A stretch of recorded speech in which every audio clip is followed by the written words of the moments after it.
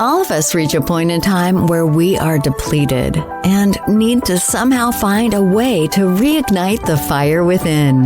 But how do we spark that flame? Welcome to Reignite Resilience, where we will venture into the heart of the human spirit. We'll discuss the art of reigniting our passion and strategies to stoke our enthusiasm. And now, here are your hosts, Natalie Davis and Pamela Cass.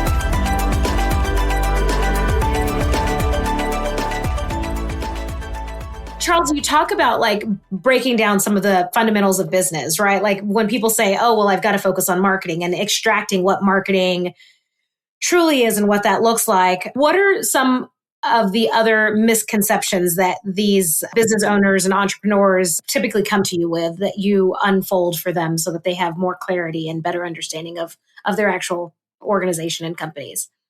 So there are two really hard points for growing a business. The first hard point, we've been there. It's like starting, right? The second hard point usually is around that 1 to 3 million mark. And what happens is when you start the business, it's really built from hard work, word of mouth, and referrals. And so when we think of an org chart, we think, okay, CEO at the top, then we have the people who report up to us, and it kind of sprinkles its way down, right? But when you're starting, it's you in the center. And then leads and sales, they come from your networking, your relationships and whatnot. And again, sales is founder-led sales almost, often when you're that small. You don't really have a sales team, or even if you do, you still feel like you have to be involved in the deals. Operations still end up coming to you, right? So it's like, as things are going, you're still, hey, boss, what do you need me to do? A client delivery oftentimes still has your sign off. So you're actually in the middle of the entire org chart. And the challenge is that as you become more successful, you fall deeper and deeper and deeper into the trap. And the challenge is you can't work yourself out of the trap. See, because at the very core, if you turn around and you're like, okay, here's the deal. Now I bring in more leads, and those leads end up booking appointments on your calendar. Now you have fewer time on your calendar because now those leads are on your calendar. And then you're like, well, now I'm becoming more successful. I'm closing more deals. I need to hire more people. But then operations is now grown larger. And now those folks are still coming back to you and they're saying, so what do I need to do? What do I need to do? What do I need to do? And then you have more clients that still require your delivery and your sign off. So now you're even more busy. So now you're working longer hours, feeling like you're not getting paid as much because your return on time is getting lower. And you're now starting to face this little bit of a burnout. And so now the more successful you become, the deeper and deeper and deeper you sink into the founder's trap. So it's weird, and because we tend to think, and we hear this a lot, where people are like, well, if I just make more money, things will get better, but it actually gets worse, right? So it's being able to have the systems in place that extract the founder from the business so that the founder can create an environment where the business begins to grow without him or her in place. Exactly. Yes. And then that's when real scalability and freedom actually starts to happen, when you can do that. And so much of everything that we do is looking at is the founder being the constraint? Where's the founder that is limiting that growth? How do we make sure that we help them escape that founder's trap to be able to create that exponential leverage? So when you hear stories about, we talked about predictable growth. Well, I took a company from 950,000 to 66 million. I think it was like 6 years, something like that. Now we're working to get them to 100 million. But to do that, that's really, really fast, right? So predictable and growth doesn't mean if you're focused on predictable strategies that you're not going to grow quick. But what it did mean is that next level of exponential growth, how we was able to grow that fast, is finally being able to build systems that had that leverage and a team that can multiply that leverage and so forth. So much of everything that we're doing, people look at the results that we have, which are very uncommon in the industry. And they're like, you must have some sort of like magic strategy, secret, this and that. And it's like, they find it funny that when they start working with us, one of the first things that we say is, you're trying to get more water out of the hose and you're turning the dial and you're trying to do this and that. But look, just pick your foot up. And it's like, then things flow. everybody has these opportunities in their business. And there are so many opportunities where you're inadvertently preventing your business from growing. And that's kind of like that first place. Like, how do we do that to be able to support you, create that freedom so we can have more leverage and grow?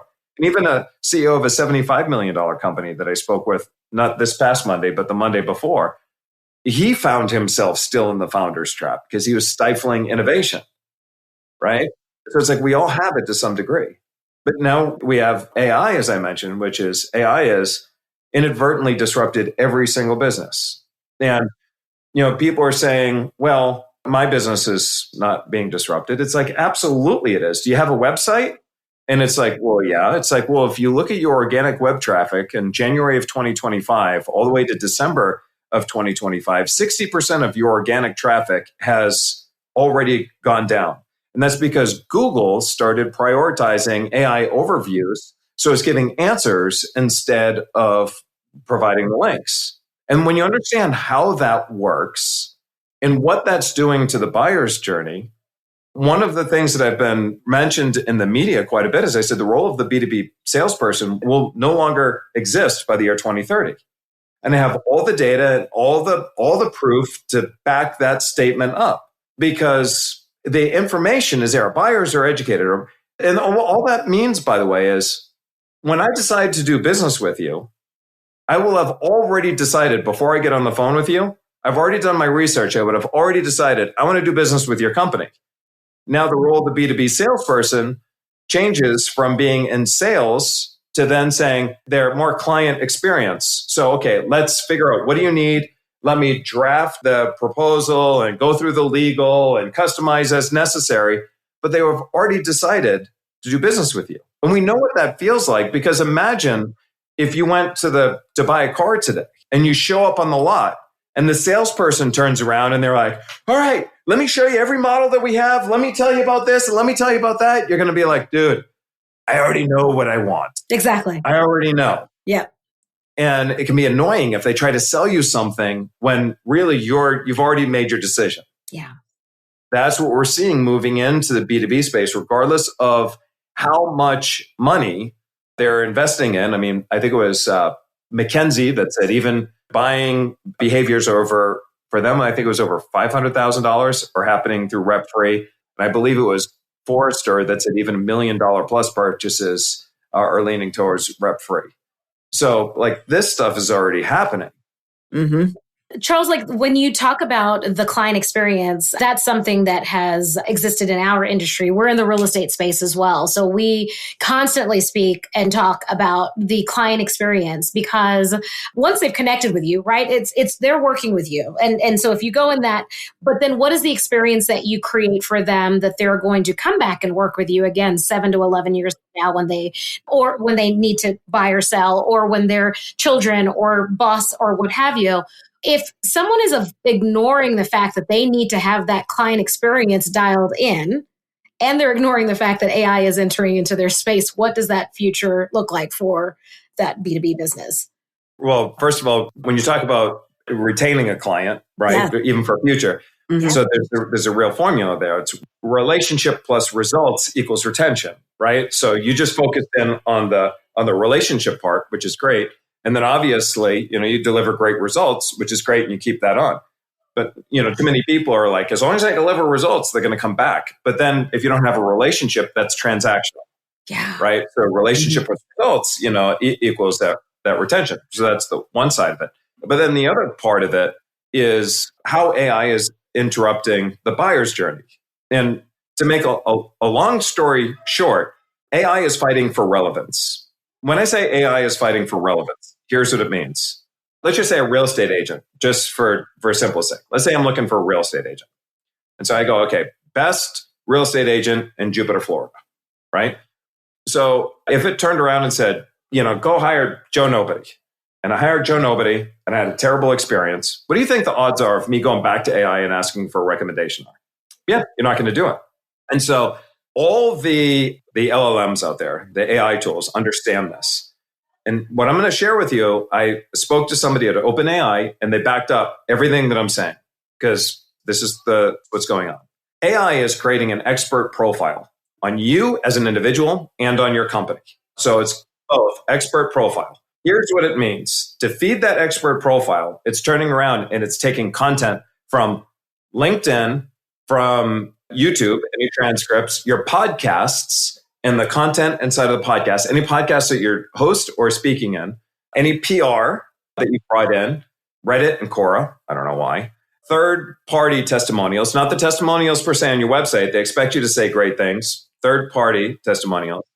Case studies on your website, though, that means a difference. It also looks at your website to see, what makes you unique and different from everybody else. So that content is there. And they build that expert profile. And then they say, okay, there's the expert profile on Pamela. And how does that expert profile compare to Natalie?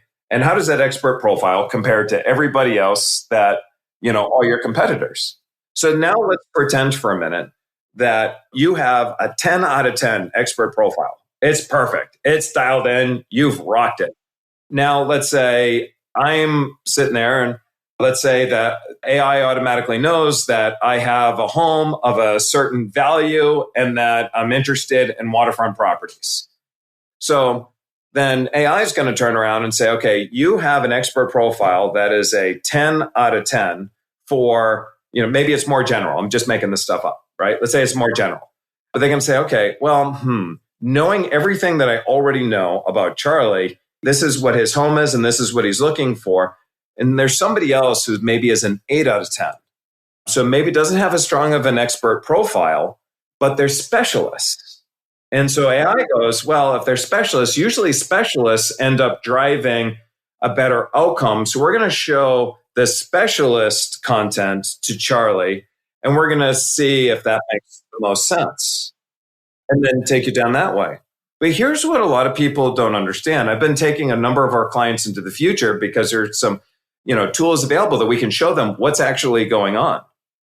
And they're realizing that when they type in their company name plus reviews, which is one of the most common low-hanging fruit, AI will turn around and go, hey, this is everything that's going on. But based on what I know about you, there may be some better fits. Would you like me to show you? And it's like, oh, please. So you press one button and then it shows you some better fits. And then it will create a comparative advantage. So I've literally had clients that we went through this and AI was actually convincing them to use somebody else. So one particular client said, I never thought that my biggest competitor would be AI right now, but AI is convincing the prospect to go with somebody else. But that's because they had a very weak expert profile. And so I probably gave you a little bit more than you bargained for in this one, but it actually, if people don't understand the significance of this, as my discussion with OpenAI was, is that then what's moving right now is there's only going to be room for experts. So if you're not strategic, if you're not leaning in to be the best, when you type into these search engines or LLMs, AI forward buyer's journey, they're only going to show the best for you and, the most strategic. Everybody else, they won't be shown. And so there's going to be a giant K-shaped type of situation. The most strategic will get an outsized share of the market. Those who are less strategic will disappear. If you're a consumer, this is awesome for you if you're a consumer because you're going to be given the best stuff. If you're a business owner, now's the time right now to really start thinking about what do I need to do to level up? Because most people are way behind. Most of the people listening, their competitors aren't listening, and so they have no idea. So now they have an advantage. Exactly. So there's that. It doesn't take a lot right now to create an advantage because most people just don't have it. But if you're just a little bit further than the competitors, just a little bit further, you're going to create a significant advantage for yourself. Well, And I think that there are people out there, just because I've had conversation with them, that are still in that school of thought that they don't really want to embrace AI, and it's a fad, it will pass. And I have to admit, I was part of that. I've shared it with the listeners before. I've only adopted and started to incorporate AI into my business maybe 9 months ago. And I know that that's not late to the game, but if you continue to put these things off, like you said, if you're not the expert in that area, AI is really helping to filter out and make decisions for the consumer, and it's going to impact the bottom line of your business. And you're not going to, it'll take you by surprise, right? You won't realize that it's happening if you continue to ignore this. The difference is that, like, in the internet, a lot of people are like, I don't know if I believe the internet, and I wouldn't trust putting my credit card in. There was a lot, but you had time to make that decision. And, it was years before everybody needed to have a web page, right? But now, you didn't ask Google to default to AI overviews. You never asked Google. You never said, Google, hey, put AI overviews there. No. You just you woke up one morning and it was there. Yeah. What would happen if tomorrow Google immediately ended up defaulting to just all AI forward overviews? Like, what would happen? The thing is in this environment right now, Google's not asking our permission to change the way that we buy. Google is forcing us. And it's not just Google, it's ChatGPT, it's Perplexity, it's all these tools. Everything is changing the way that we do business. And Charles, to be candid as we talk about it, like specifically Google in this scenario, they too had to change their model and structure given the introduction of AI, right? Like the AI overview, had Google not incorporated AI into their platform, they too might have been obsolete in a couple of years, right? Like it's kind of expected now.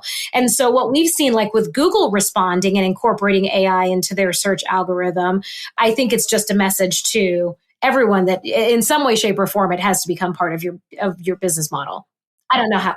That is definitely a rabbit hole that we went down, but I'm glad that we did. And I know there's a lot of fear and concern when it comes to AI, and I actually believe that it will be one of the best things in the world to happen, for us in so many different ways.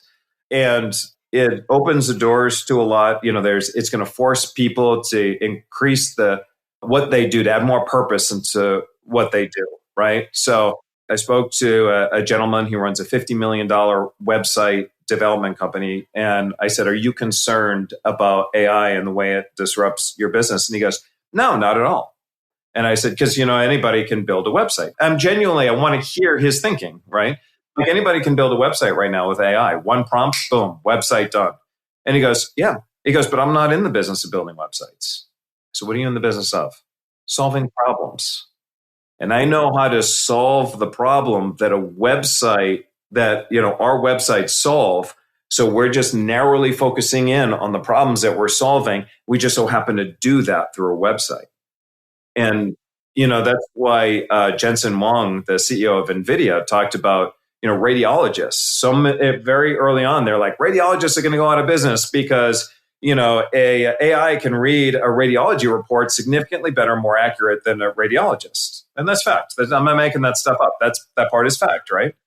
But Jensen goes, well, hey, if you look at what's happened since this has been launched, the radiology business is booming. We have more radiologists out there and the business itself is booming. And it's like, because there's a difference between a task and a purpose. And all AI is doing is making it easier for the radiology report to be read. They're able to do it, quicker and at a lower cost, so that it allows them to serve more people and be able to leverage the talents greater. And so the industry is growing. And then it's going to create a whole new set of industries and opportunities that you and I can't even imagine right now. No. Let's take a quick break. We want to take a few moments to thank our amazing sponsors that make the Reignite Resilience podcast and Reignite Live event possible. First and foremost, we want to thank our amazing friends at Casa Sagrada, located in Loveland, Colorado, a meeting and event space that is sure to deliver everything that you need. We also want to shout out to Nikki Burnett with Taste Life Nutrition. Nikki says when you own your health and align with your own body's truth, you unlock the freedom to live fully with purpose, clarity, and power. And last but not least, we want to thank our amazing friends at Ciudad Maderas, the developers out of Mexico that are developing the Yucatan to give you an opportunity to have home ownership in paradise. We hope you're enjoying this episode. We'll see you soon.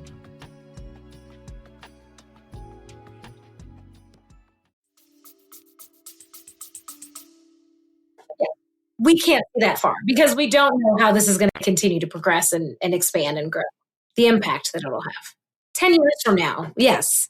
Yeah. And, I'll leave with one actionable item that our listeners, because now they might be listening with a whole bunch of stuff and going, oh my gosh, like boom. I know. It's simple. We in no way, shape, or form are trying to freak anyone out. Just reach out to a trusted expert in the space. There you go. Yeah, they can be overwhelming, but just pick any tool that they want. ChatGPT, Claude, Grok, whatever it might be, Gemini, pick any one of them and just go and enter this prompt. Say, and it helps when you remind AI what the date is, because sometimes it's a year behind. So, so today is, put the date in 2026, familiarize yourself with my company, or you can even say, I'm the CEO of predictableprofits.com.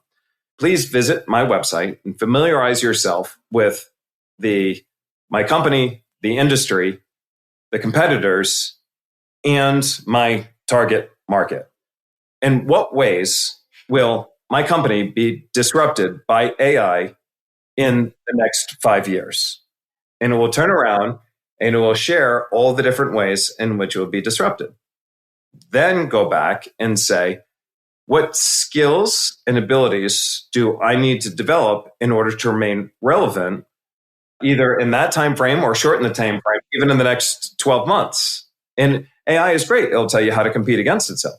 We've done this with our clients. We've asked every role in the company, whether you're administrative assistant, all the way up to, VP or whatever. And we ask every single member of the team, go in and say, I am an executive assistant for, Acme Co. Please visit acmeco.com, familiarize yourself with blah, blah, blah. In what ways will I, as the administrative assistant, be disrupted in the way, and by 2030 or whatever it might be? And it will say, then it will turn around and say, in what ways, what skills and abilities do I need to develop as an administrative assistant for Acme Co. in order to remain relevant in the next 12 months or in the next 5 years? And it will tell you. And then you can turn around and say, awesome, create a learning plan or create this and that, develop it. There you go. Then it becomes, now they're empowering themselves. And I was going to say, they're empowering from a the place of solution. fear and disempowerment to now all of a sudden, like, okay, this is, more illumination. That's amazing. That's amazing. I feel like that's a great tidbit, and definitely going into a space that I think is valuable in terms of discussion for all of the entrepreneurs and solopreneurs that are listening to the episode. I'm going to give it to you, Charles. If there's one thing that you'd like to leave our listeners with today, what would that be? Other than the tip that you just gave us, the prompt is great. We're going to make sure that we include that. Yes. Yeah. We covered a lot.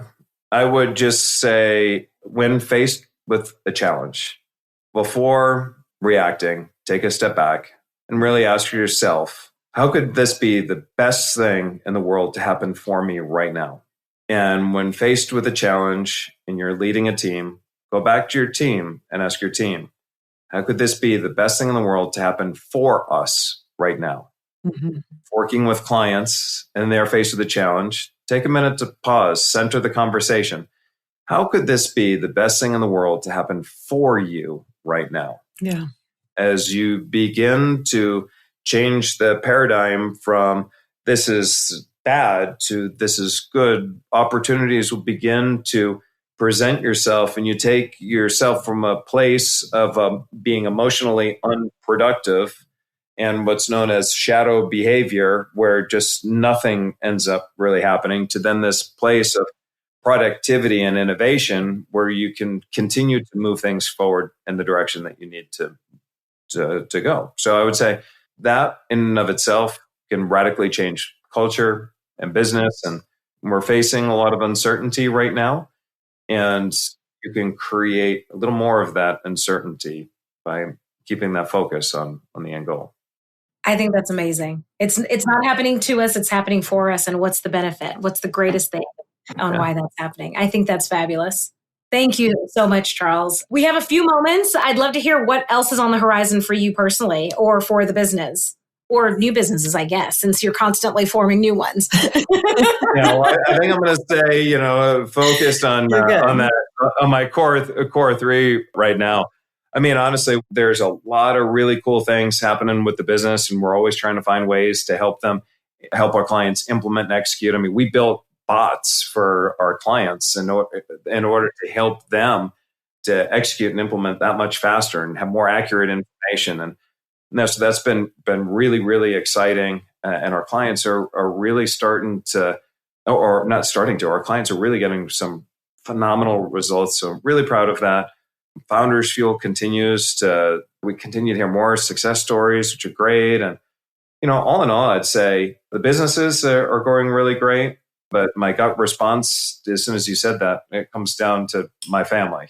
My son is launching a business. He's a freshman over at UF, and I just love to be able to watch him and support him as much as I can. My daughter is a junior in high school. She'll be going to college soon, and her core focus right now is in figure skating. And not like she's obsessed with hours a day at the rink, being able to support her there. And then my youngest daughter is in competitive cheerleading and doing her thing. And so right now, I feel like the business is in a good place and it's continuing to trend and grow. And when my father passed, my dad said one of the greatest gifts that he gave me, he called me about 2 weeks before he died.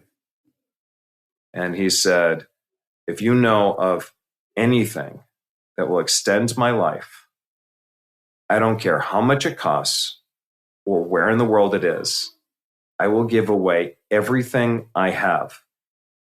If it means I can watch you and the grandkids grow up. For my dad to have been, I told you he worked every waking hour of every day for a while, and then eventually started taking weekends and whatnot. For a man that worked so hard, when he was in the ambulance, going to his last ambulance ride, at this point, his brain wasn't working. He died from brain cancer. His brain just wasn't but he was so programmed to work. He pulled his cell phone out and he was pretending like he was checking his emails, but his cell phone wasn't on. He worked all the way until the very end.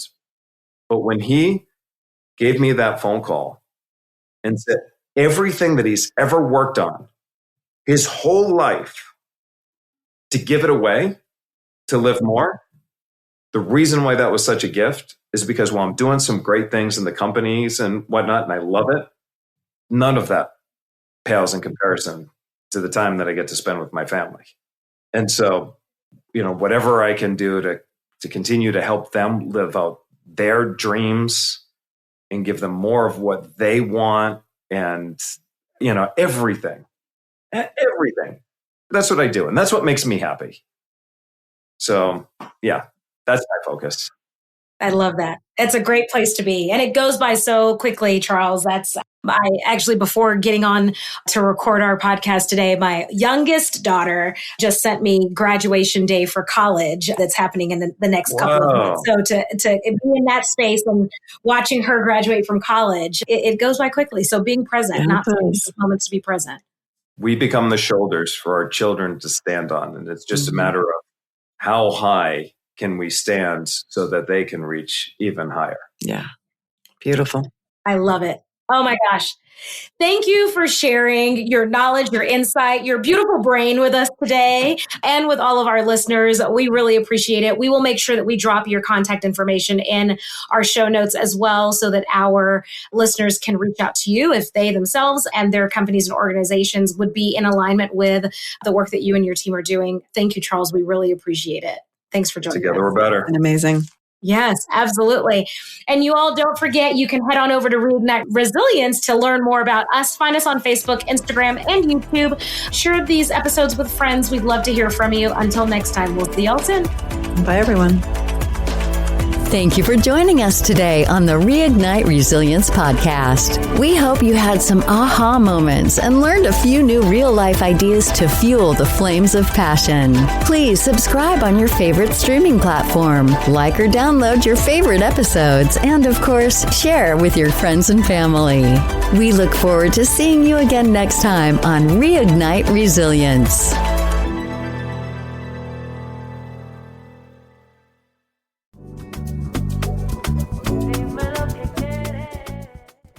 Reignite Resilience family, we are so excited to share with you that the book, The Quiet Gift, A Journey of Self-Worth and Resilience, is now available on audiobook at Amazon. Make sure that you check the link in the show notes so that you can click on that and download a copy of the audiobook. This is an amazing story written by Pam as a part of the Red Journal series and narrated by Kristen Aiken Salata. So we hope you enjoy. Until next time, we'll see you soon.